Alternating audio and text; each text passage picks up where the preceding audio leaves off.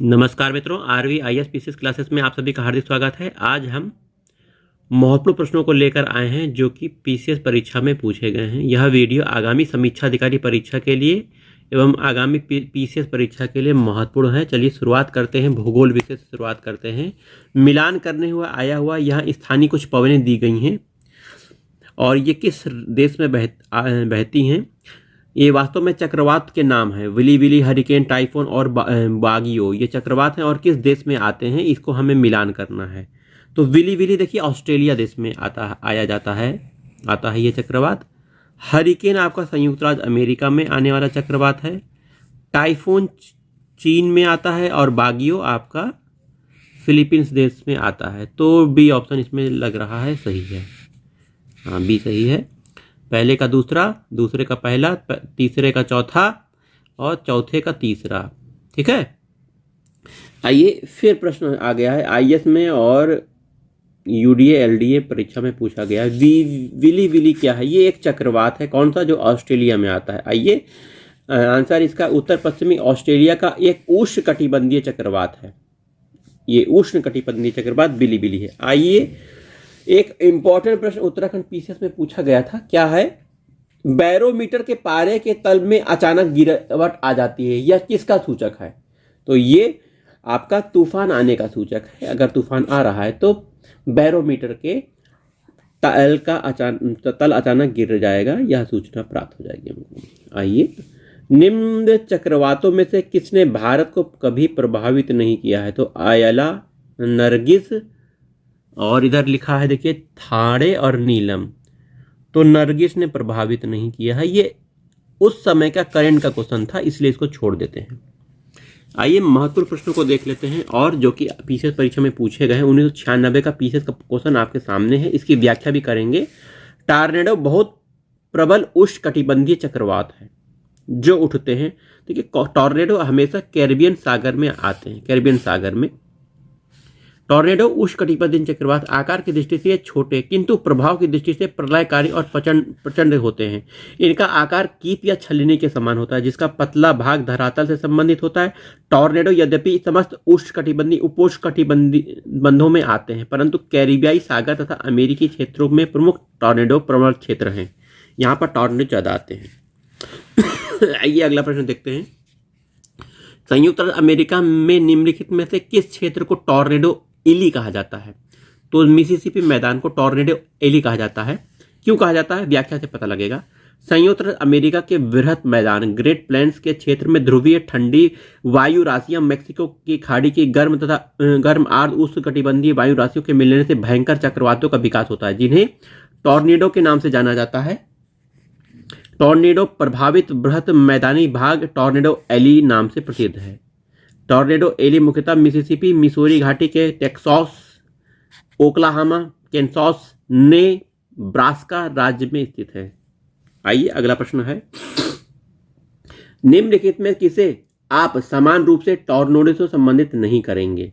तो देखिए चीन सागर, मैक्सिको की खाड़ी और हिंद महासागर, ये टॉर्नेडो से संबद्ध करेंगे। ये टॉर्नेडो के क्षेत्र नहीं है, जबकि यूएसए में टॉर्नेडो आते हैं कैरिबियन सागर में। ठीक है, आपका आंसर डी होगा।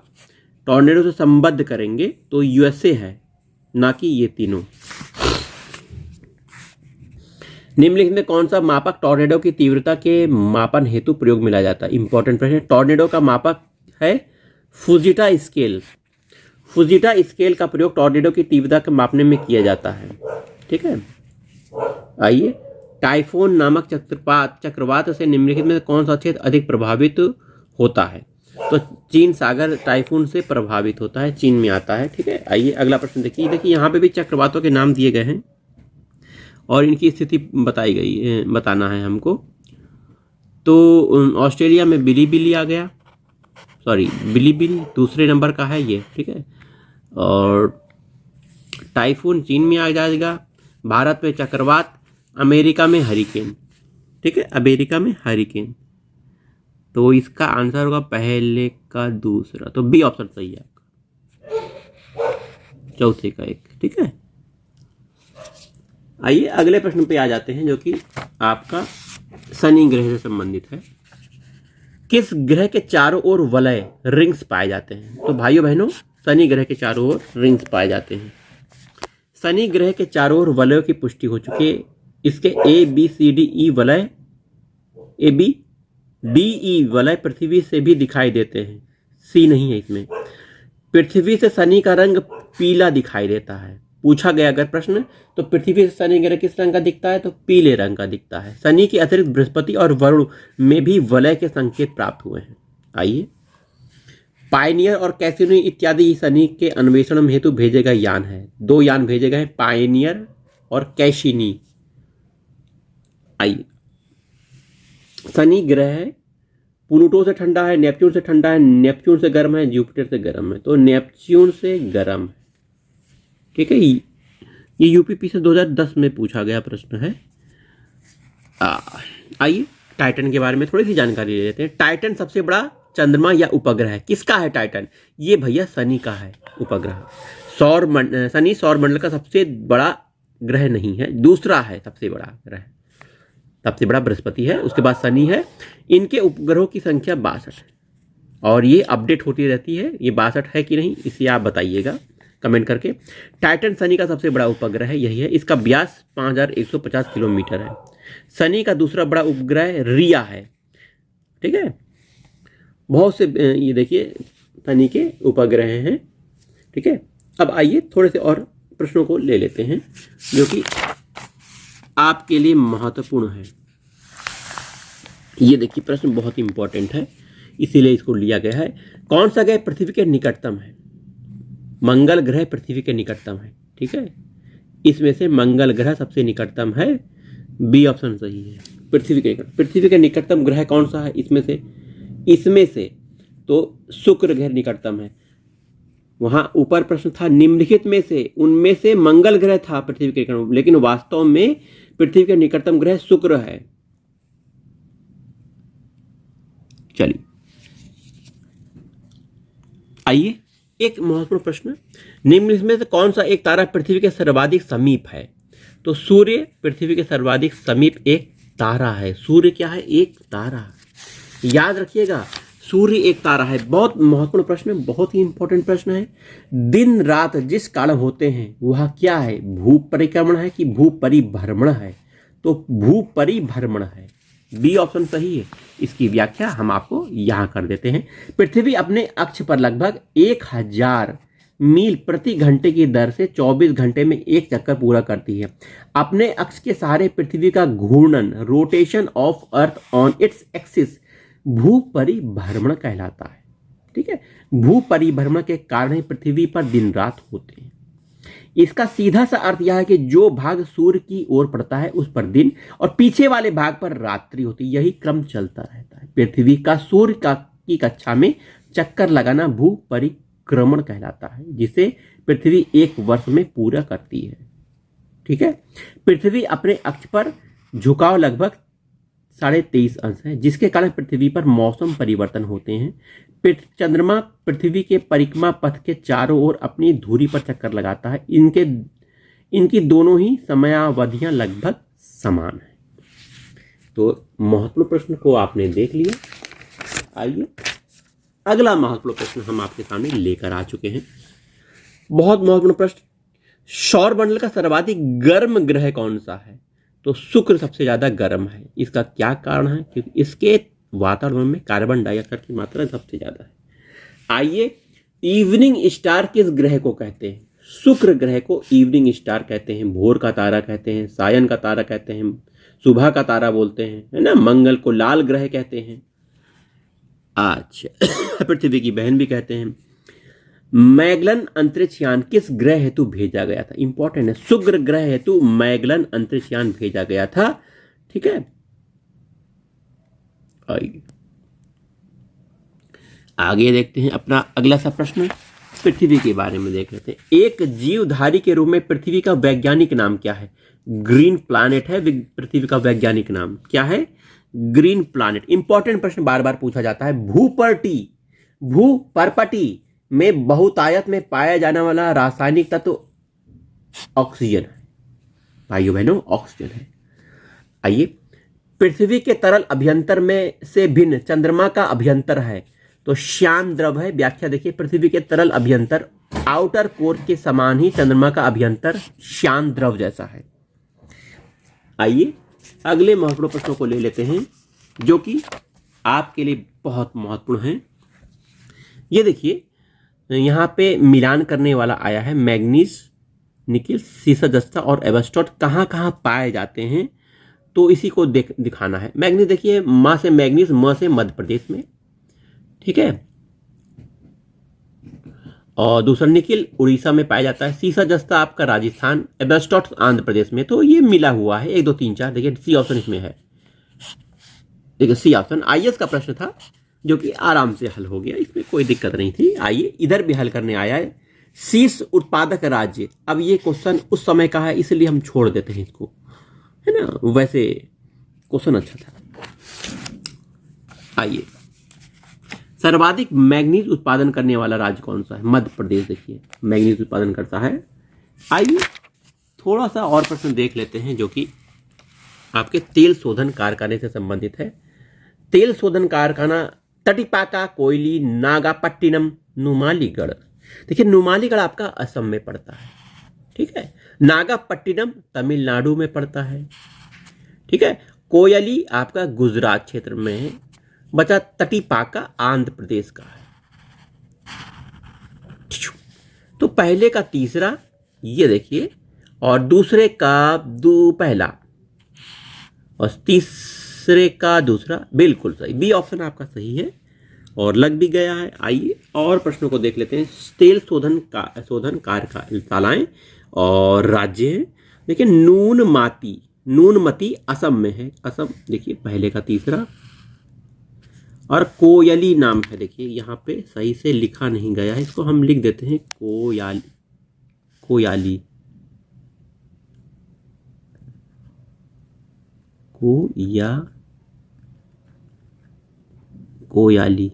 ये का है, ठीक है। कोयाली देखिए, कोयाली आपका गुजरात में, कोयाली गुजरात में, मंगलौर आपका कर्नाटक में, पानीपत हरियाणा में। देखिए तेल शोधन कारखाने आपके मिल गए हैं और ये प्रश्न हल हो चुका है। डी ऑप्शन आपका सही है। पहले का 3, दूसरे का पहला, ठीक है। आइए नेक्स्ट क्वेश्चन। भारत में सर्वप्रथम खनिज तेल का कुआं खोदा गया था। माकुम क्षेत्र से भारत में सर्वप्रथम खनिज तेल का कुआं ऊपरी असम के माकुम क्षेत्र में 1867 में खोदा गया था, ठीक है। माकुम क्षेत्र असम में स्थित है, याद रखिएगा। ये देखिए प्रश्न आ गया है। लूनेज पेट्रोल उत्पादक क्षेत्र किस राज्य में स्थित है? लूनेज आपका गुजरात क्षेत्र में है और पेट्रोल उत्पादन से संबंधित है, याद रखिएगा। भारत में पेट्रोलियम का अग्रणी उत्पादक राज्य कौन सा है भैया? गुजरात, याद रखना, गुजरात। और राजस्थान भी है और ये समय समय पे बदलते रहते हैं, इसलिए इसका आंसर देना मुश्किल है। आइए तेल शोधन कारखाना और राज्य। हल्दिया देखिए पश्चिम बंगाल में है, जामनगर आपका गुजरात का है, ठीक है। नुमालीगढ़ असम में है, कोच्चि केरल में है, ठीक है। चलिए मिलान हो गया है। अगले महत्वपूर्ण प्रश्न को हम लेकर आ रहे हैं जो कि आपके स्क्रीन के सामने है। ये रहा, केरल राज्य विश्व भर में निम्नलिखित में किसके संवर्धन के लिए जाना जाता है? गरम मसालों के लिए जाना जाता है। केरल राज्य विश्व में गरम मसालों के लिए संवर्धन के लिए केरल जाना जाता है। आइए तंबाकू, भारत में तंबाकू का सबसे बड़ा उत्पादक राज्य कौन सा है? देखिए उत्तर प्रदेश लिखा हुआ है, जबकि गलत है। ये अपडेट कर लीजिएगा। तंबाकू का राज्य सबसे बड़ा उत्पादक राज्य कौन सा है ये आप बताएंगे कमेंट करके, क्योंकि 2007 का क्वेश्चन है और इसका उत्पादन हर साल बदलता रहता है। कभी कोई राज्य फर्स्ट, कभी कोई राज्य फर्स्ट, इसलिए इसको छोड़ देते हैं। इसलिए नई परियोजना को लेकर आते हैं। नया क्वेश्चन, हीराकांड कुंड परियोजना और राज्य देखिए इधर दिए गए हैं। तो हीराकुंड आपका उड़ीसा राज्य में है, मिल गया पहले का दूसरा। हल्दिया नाम से ही पता लग रहा है पश्चिम बंगाल का है, हल्दिया रिफाइनरी पश्चिम बंगाल। तारापुर आपका कुद्रेमुख देखिए कर्नाटक, तारापुर महाराष्ट्र। देखिए हो गया, छोटा सा क्वेश्चन था, इसमें डरने की जरूरत नहीं है, बस कर लेना है हम लोगों को। आइए अगला प्रश्न है, निम्नलिखित में से जल विद्युत परियोजनाओं में से कौन सी परियोजना भारत ने भूटान के सहयोग से बनाई है? तो चुक्का बांध परियोजना भारत ने भूटान के सहयोग से बनाई है। ठीक है, इधर फिर मिलान करने आ गया। भाखड़ा नंगल परियोजना किस नदी पर है? सतलज नदी पर है। भाइयों बहनों, भाखड़ा नंगल परियोजना सतलज नदी पर है। हीराकुंड परियोजना महानदी पर है। ठीक है, महानदी पर हीराकुंड परियोजना है। इसको हम गलत मिला रहे हैं, इसको हम इस पेन से मिलाते हैं। भाखड़ा नंगल परियोजना देखिए सतलज नदी पर है और हीराकुंड महानदी पर है। इडुक्की केरल में है। ये इडुक्की परियोजना आपकी पेरियार नदी पड़ती है। नागार्जुन सागर कृष्णा नदी पर है। ठीक है, नागार्जुन सागर किस राज्य में? आंध्र प्रदेश में। ठीक है, याद रखिएगा। आइए अगला प्रश्न आपके सामने स्क्रीन पर आने वाला है, आ गया है। निम्नलिखित में कौन सा तमिलनाडु, आंध्र प्रदेश तथा कर्नाटक का संयुक्त कार्य है? तेलागु गंगा। तेलागु गंगा परियोजना महाराष्ट्र, तमिलनाडु, आंध्र प्रदेश, कर्नाटक की संयुक्त परियोजना है। कृष्णा नदी से जलापूर्ति प्राप्त करने से इस परियोजना में तमिलनाडु के चेन्नई नगर को पेयजल प्रदान होता है। आइए बहुत इंपॉर्टेंट प्रश्न आ गया। बहुउद्देशीय नदी घटी परियोजना को आधुनिक भारत का मंदिर किसने कहा था? हमारे प्रधानमंत्री जी जो भारत के पहले थे उन्होंने कहा था। जवाहरलाल नेहरू जी का नाम आ चुका है। आइए मिलान करने फिर से आ चुका है। बांध बने हैं और नदियों पर बने हैं, तो ये नदियां हैं और ये बांध हैं। तो सबसे पहले हमारा अलमट्टी बांध किस नदी पर बना है? अलमट्टी कृष्णा नदी पर बना है। मैटूर बांध आपका किस पर बना है? कावेरी नदी पर बना है मैटूर बांध। नर्मदा नदी पर आपका सरदार सरोवर परियोजना, नाम याद होगा आपको। चंबल परियोजना गांधी सागर।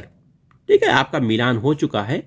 आईएएस का प्रश्न हमने हल कर दिया चुटकी में, क्योंकि उस समय हल के प्रश्न आए थे। अलमट्टी बांध किस नदी पर है? कृष्णा नदी पर है। याद रखिएगा, कृष्णा नदी पर है। याद रखिए, अलमट्टी बांध कृष्णा नदी पर। आइए फिर से मिलान करने वाला आ गया है। मैटूर बांध आपका तमिलनाडु राज्य में है। ठीक है, मयूराक्षी देखिए परियोजना पश्चिम बंगाल की है। नागार्जुन सागर आपका आंध्र प्रदेश में है। हीराकुंड उड़ीसा में है। मिलान हो चुका है और यह प्रश्न हल हो चुका है। देखिए ए ऑप्शन आपका सही है। ठीक है, आइए थोड़े से और अच्छे से प्रश्नों को ले लेते हैं जो कि लेटराइट मिट्टी के बारे में है। लेटराइट मिट्टी में प्राधान्य है क्या है? मालाबार तटीय प्रदेश में यह पाई जाती है, मुख्य रूप से मालाबार तटीय क्षेत्र में। आइए व्याख्या देख लेते हैं। लेटराइट मिट्टी कहाँ मिलती है? जरा उष्णकटिबंधीय भारी वर्षा के कारण होने वाली तीव्र विक्षालन क्रिया के फलस्वरूप लेटराइट मिट्टी का निर्माण होता है। ये आर्द्र प्रदेशों की अपक्षालन मिट्टी है जिसकी उर्वरता कम होती है। इस मिट्टी में लौह ऑक्साइड, एल्यूमिनियम ऑक्साइड की प्रचुरता होती है, परंतु इसमें नाइट्रोजन, फास्फोरिक अम्ल, पोटास, चूना, कार्बनिक तत्वों की कमी होती है। यह मिट्टी भारत के 1,26,000 वर्ग किलोमीटर क्षेत्र पर फैली हुई है। सर्वाधिक विस्तार केरल मालाबार तटीय प्रदेश में तथा इसके बाद महाराष्ट्र में है। क्योंकि विकल्प में केरल नहीं है इसीलिए अभी उत्तर महाराष्ट्र होगा। तो लेटराइट मिट्टी कहाँ पर है? लेटराइट मिट्टी देखिए महाराष्ट्र में लिखा हुआ, जबकि केरल में सबसे ज़्यादा है। ठीक है, याद रखिएगा, ये व्याख्या हो गई इस प्रश्न की। आइए थोड़े से और प्रश्नों को ले लेंगे, फिर इस वीडियो को बंद कर देंगे। दामोदर नदी निकलती है, इंपॉर्टेंट प्रश्न है। छोटा नागपुर के पहाड़ से दामोदर नदी निकलती है। तो दामोदर जिसकी सहायक नदी है वह नदी है हुगली की सहायक नदी है। दामोदर बंगाल का शोक कहते हैं। छोटा नागपुर के पहाड़ से निकलती है, भ्रंश घाटी से बहती है या इसकी सहायक नदियां बराकर, जमुनिया, बरकी है। यह रूपनारायण नदी के जल का संग्रहण करती हुई कोलकाता से के 48 किलोमीटर दक्षिण में हुगली से मिल जाती है। 541 किलोमीटर लंबी है। निम्नलिखित में से कौन सी सर्वाधिक प्रदूषित है? देखो इनमें से कौन सी प्रदूषित है? तो अब इसका उत्तर हम ना दें क्योंकि बहुत पहले का प्रश्न था, अब साफ हो गई होगी। हमें क्या करना है? आइए हरित क्रांति के इस प्रश्न को देख लेते हैं। आईएएस का प्रश्न है और वीडियो को बंद कर देते हैं। Norman Ernest Borlaug Norman Ernest Borlaug जो हरित क्रांति के जनक माने जाते हैं किस देश के थे?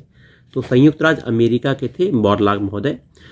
तो नॉर्मन अर्नस्ट बोरलॉग का जन्म 1914 में अमेरिका के आइओवा प्रांत में हुआ था। मेक्सिको उनका कर्म क्षेत्र रहा। इनके द्वारा विकसित गेहूं की उच्च उत्पादकता वाली प्रजातियों से भारत, पाकिस्तान, मेक्सिको सहित अनेक देशों में गेहूं के उत्पादन में 2 गुना बढ़ोतरी हुई थी। बोरलॉग विश्व के 7 व्यक्तियों में शामिल थे जिन्होंने नोबेल पुरस्कार, अमेरिकी राष्ट्रपति का मेडल ऑफ फ्रीडम तथा कांग्रेशनल गोल्ड मेडल तीनों ही प्राप्त हुए थे। बोरलॉग को वर्ष 2006 में भारत का पद्म विभूषण सम्मान भी प्रदान किया गया था। तो ये आईएएस का प्रश्न आपने पढ़ लिया है और यह वीडियो अब समाप्ति के कगार पे है। मिलते हैं अगले वीडियो में। जय हिंद, जय भारत।